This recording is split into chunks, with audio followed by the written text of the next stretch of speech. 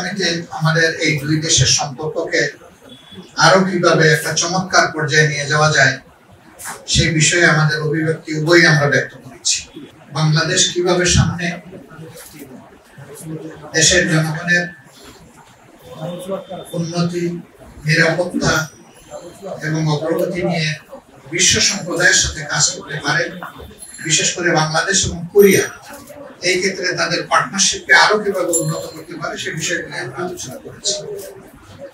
আমরা আলোচনা করেছি সম্প্রতি আন্দোলনে যারা আহত হয়ে তাদের অঙ্গগুলো, মূল্যবান অঙ্গগুলো হারিয়েছেন এবং যারা চোখ হারিয়েছেন অথবা হারাতে বসেছেন, তাদেরকে কোরিয়া তাদের স্বাস্থ্য বিভাগের পক্ষ থেকে কি সহযোগিতা করতে পারে সেই বিষয়গুলো নিয়ে আমরা তাদের দৃষ্টি আকর্ষণ করেছি এবং তারা আমাদেরকে আশ্বস্ত করেছে যে এই ব্যাপারে তারা ভেবেচিন্তে আশা করছেন তারা যে ভালোভাবে আমাদের কিছু সহযোগিতা করতে পারবেন।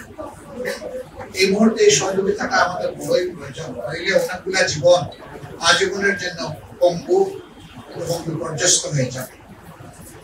আমরা আমাদের দেশের ডেভেলপমেন্টে তাদের যে স্কিল অভিজ্ঞতা সেটাকে কিভাবে আরো বেশি আমরা পেতে পারি সেই বিষয়গুলো নিয়ে আমরা আলোচনা করছি।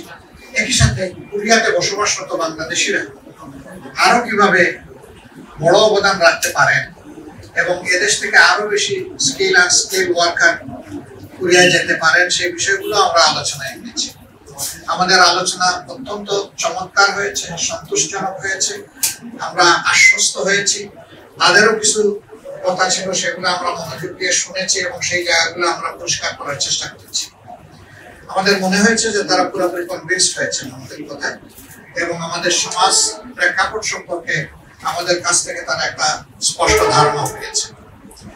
আমরা আবারও আমাদের দেশে কোরিয়ার যে মাননীয় রাষ্ট্রদূত আছেন তাকে আমরা আমাদের অন্তরের অন্তঃস্থল থেকে আমরা কৃতজ্ঞতা জানাচ্ছি।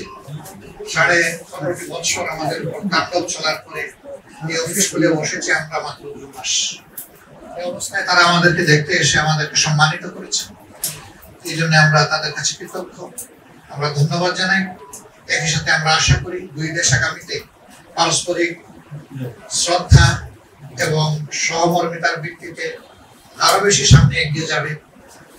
দুই দেশের সম্পর্ক উন্নয়নের একটা চূড়ার দিকে আগাবে।